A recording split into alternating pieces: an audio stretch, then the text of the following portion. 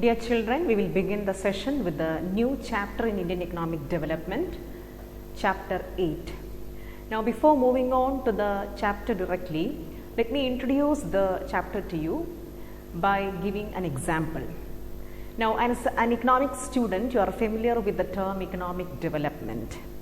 Now, there are so many factors that constitutes economic development. Now, with the help of an example, I'll explain the topic to you. Now, you all have learned about the contribution of all the three sectors in an economy. The three sectors are primary sector, secondary sector and tertiary sector. And the contribution of each and every sector to the GDP, you have learned it as structural composition in chapter 2 of Indian economic development. So, the share of each sector to the GDP is an indicator of economic development.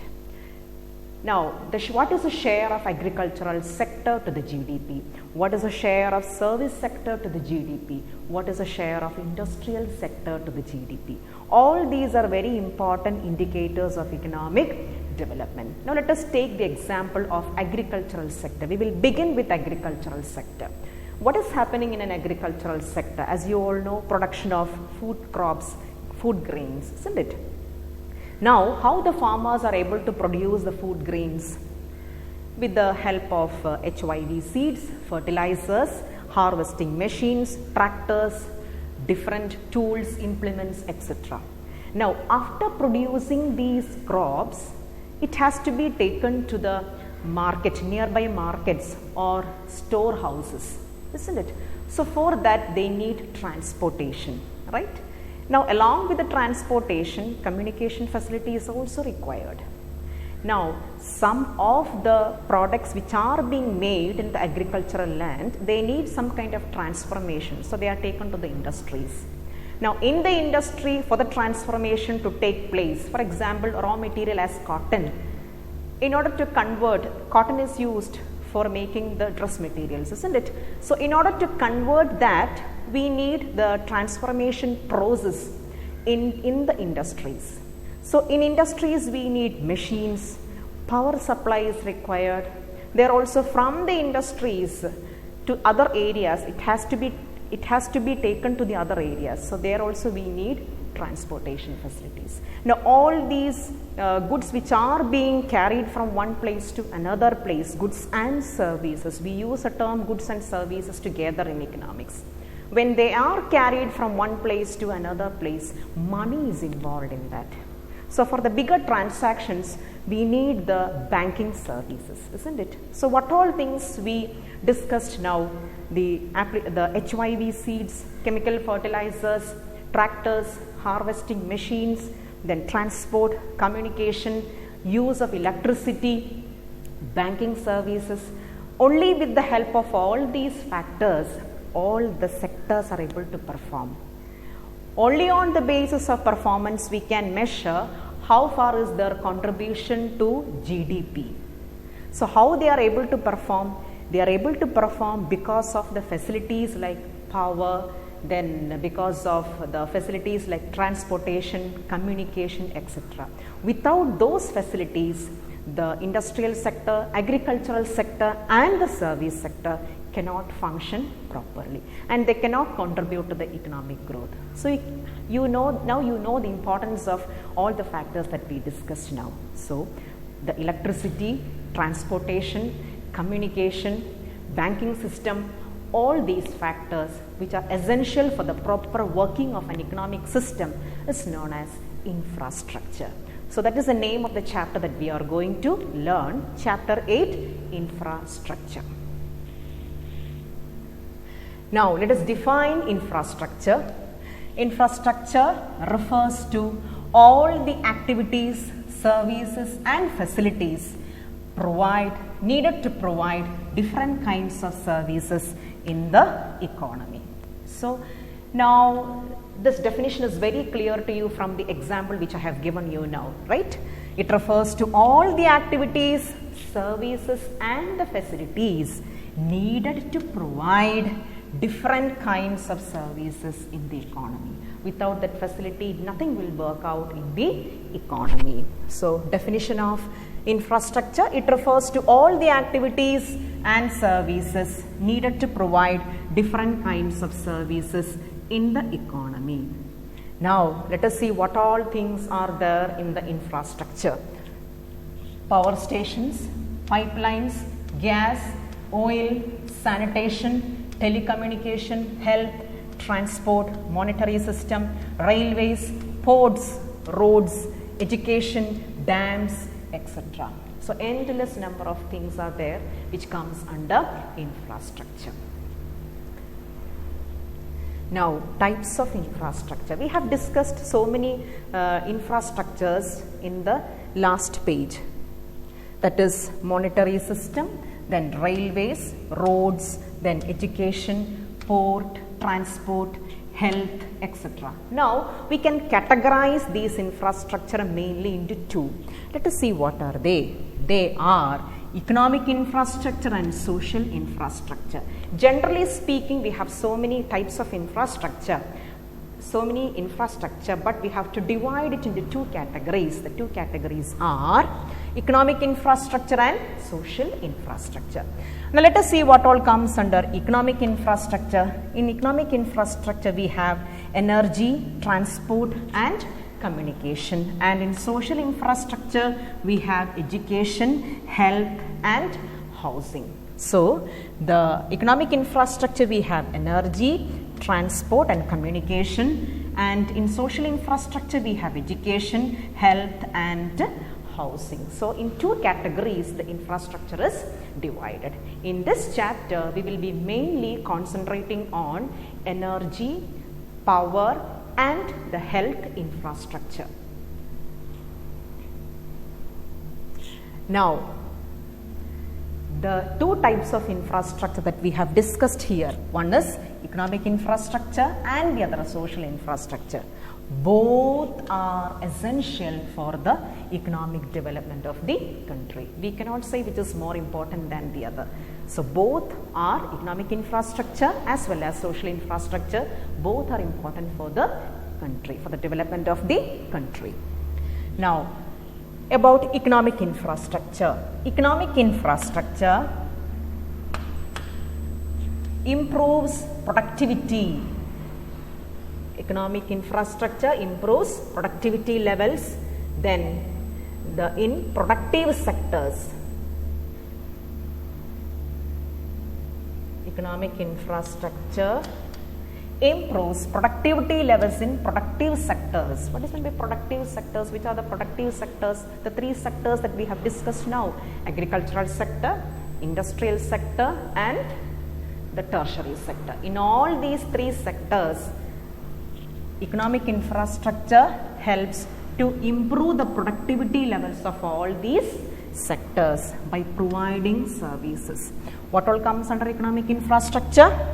Energy, transport and communication. Energy, transport and communication. So, economic infrastructure, what all things comes under economic infrastructure? Energy, transport and communication. So, energy, transport and communication, which comes under economic infrastructure, helps in raising the productivity levels of all the three sectors of our economy, such as agriculture, industrial and tertiary sector. That is why I started with the example of the three sectors in the economy. Nothing will work out in the three sectors without this infrastructure.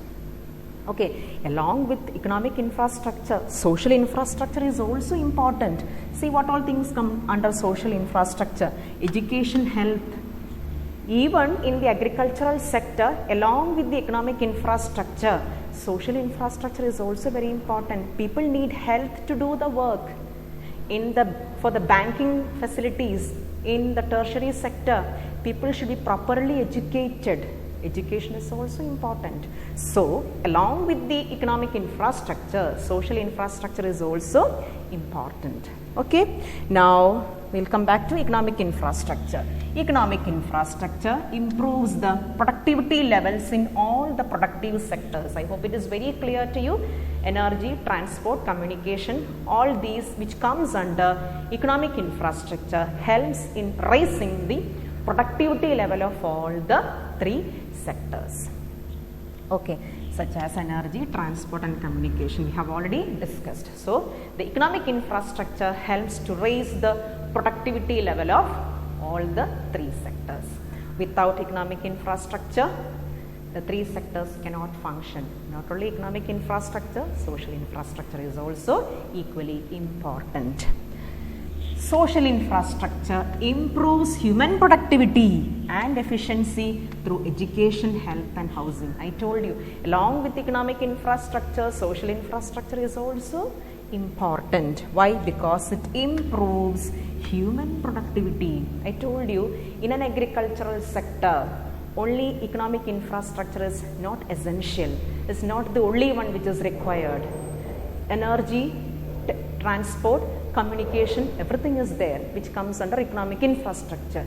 If the people doesn't have health, is there any use? No. So both are important. That is why in the beginning itself we discussed both are essential. So along with the economic infrastructure, social infrastructure is also important.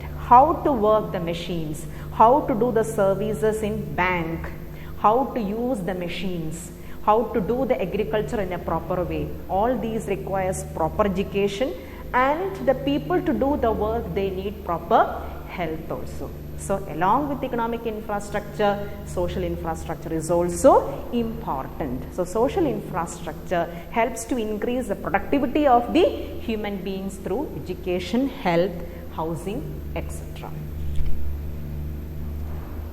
Now when we speak about health, it also includes good drinking water facility, sanitation, everything. Now, importance of infrastructure. Point number one, it facilitates the functioning of the economy. All the three sectors depend on the infrastructure. There is no need of explanation again. It helps in the functioning of all the three sectors of economy in an efficient manner. Then comes agricultural development. When we take each and every one, development of modern agriculture needs infrastructure for speedy and large scale transport of seeds and fertilizers. Okay, in an agricultural sector, for the work, to make the work faster, we need machines, implements, etc. Harvesting machines, tractors, etc. will make the work faster. Technology is an infrastructure. Then I told you, whatever is being produced in the agricultural field, it has to reach to the markets nearby. It needs proper transportation and communication. Why we are discussing about the agricultural sector? Because India being an agrarian economy, we need to give priority, isn't it? Then comes the next one. It also requires insurance and banking services. I told you, when production of goods and services takes place, lot of transactions, money transactions are involved in it. So huge transactions need the help of banking services. Okay? I hope it is clear to you. Next, economic development. So we are learning about the importance of infrastructure. The first point that we have discussed is it facilitates the functioning of economy by helping the three sectors to work efficiently. Next is it helps in the agricultural development. Next is it helps in the economic development. Let us see how it helps economic development. Infrastructure is an important factor of economic development. How? By making the proper use of factors of production and improving the quality of life. Which are the factors of production? Land, labor, capital, organization. So infrastructure make use of all these factors of production properly: land, labor, capital and organization. All these factors are utilized properly with the help of infrastructure. Without infrastructure, all these factors cannot be used properly. So with the help of infrastructure, all the factors of production are made use properly, and thus it helps to improve the quality of the life. Next is connecting to this particular point, better quality of life. Good water supply, which comes under infrastructure. Sanitation, I told you, health is an important infrastructure. Just now I told you, when we speak about health, Not only the mental and physical health comes under that particular point, along with that, good drinking water supply, sanitation, housing facilities, etc. are very important for the people who are living in the slum areas, because you know the risky factor involved in for the people who are living in the slum area. So whenever we speak about health, drinking water, sanitation, housing facilities also comes along with that. So better quality of life, good water supply, sanitation, all these reduces communicable diseases and morbidity, means prone to illness in densely populated areas. Just now I told you, in slum areas it is a very risky factor. People will be they have a chance to get communicable diseases, waterborne diseases are common in the slum area. So to prevent that, we need to provide good drinking water facilities and sanitation. So infrastructure helps. If the people are getting good water supply, sanitation, it helps the people to improve the quality of their life. Next, good transport and communication can be effectively used for health care. Good transportation facilities can also be used for providing good health care, isn't it? Like mobile dispensaries which are moving from one place to another place in village areas for giving proper health care to the people in the rural areas. That also can improve the health conditions of the people. Next importance is it provides employment. Infrastructure provides employment to the people. You know, there are lots of people who are working in different infrastructures, isn't it? So it provides employment opportunities. Development of infrastructure provides employment opportunities for a large number of people. So no much explanation is required for this. It facilitates outsourcing. It facilitates then BPOs, call centers and KPOs. You know that we have explained, we have learned all these concepts in chapter 3 of Indian Economic Development. So business processing, outsourcing, the same topic we are discussing here. So it facilitates outsourcing, BPOs and KPOs. KPOs are also related to the business processing units. So these points we have already learned in chapter 3. You are familiar with these terms of outsourcing and BPOs. So all these are the importance of infrastructure facilities. Point number 1, it facilitates the functioning of the economy.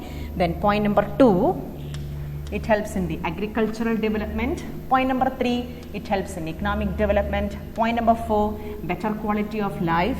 Point number 5, it provides employment. Point number 6, it facilitates outsourcing. Only with the help of infrastructure we are able to have connection with the abroad or rest of the world. Okay, now we will be moving on to state of infrastructure in India. Both public and private sector are working in joint partnership for the development of infrastructure.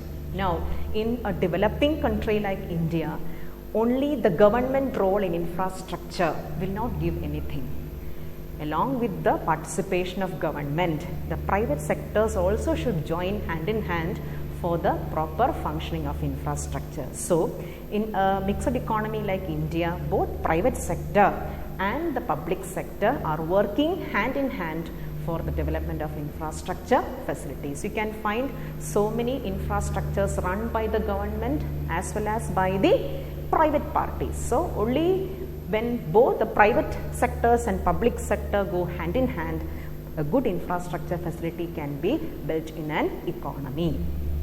So, as far as India is concerned, both private and public sector are working in joint partnership for the development of infrastructure. Next is rural areas lack infrastructure facilities. This is a major problem. In our rural area, in rural India, infrastructure facilities are very less. There is no proper electrification. There is no good transportation system in the rural areas. So, government has to find a solution for the same. So, this is a major problem that India is facing. The first point that we have already discussed is infrastructure in India is working hand in hand with private and the public sector.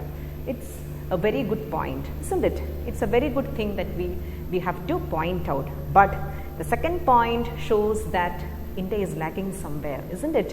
What is the problem? In the rural areas, infrastructure facilities are not up to the mark.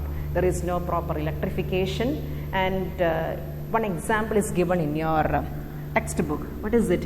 About 90% of the rural households are using biofuels and they have no proper electrification. Not only this particular problem, there are so many problems in the rural areas. They do not have a proper transportation system. They do not have a proper communication system. They do not have proper health centers. So lot of people are facing the problems with regard to that. So in the rural areas, infrastructure, government has to take utmost care in developing infrastructure facilities. Not only government, private sectors too. As per census 2001, only 56% of the rural households have electricity connection. Isn't it? Tap water availability only for 24%. And good sanitation available is only 20%. So this is a very pathetic condition. Only 20% is getting the sanitation facility. So this is a pathetic situation. So what is the final conclusion? A change is inevitable in India. Our investment is only 34% of its GDP on infrastructure, which is far below than China. So our investment for infrastructure has to be increased. So it is far below than China. So in order to get a clear-cut idea regarding our investments with regard to infrastructure, you can refer to table number 8.1 in page 8.5. There few countries are being compared, and after going through the table, you will get a clear-cut idea regarding where India stands in the investment in infrastructure. So you have to refer to the table, page 8.1 in page 8.5 for a clear-cut idea regarding India's status on the investment in infrastructure. So India has to move ahead in the state of infrastructure. So state of infrastructure in India, both public and private sector is working together. Point number 2, rural areas are lacking infrastructure. There we need development. Then you saw the situation as per the census 2001, only 56% of the rural households have electricity. Only 24% have tap water availability. Only 20% have good sanitation facility. You know, if there is no good sanitation and drinking water facility, what is going to happen? Isn't it? Therefore, Government of India should take essential measures to improve the infrastructure facilities in India. So it has to initiate the private sectors also to contribute more to the infrastructure, especially in the rural areas. So refer to table 8.1 in page 8.5 in your textbook to get a clear-cut idea regarding the infrastructure investments in different countries. So I hope it is very clear to you. Thank you.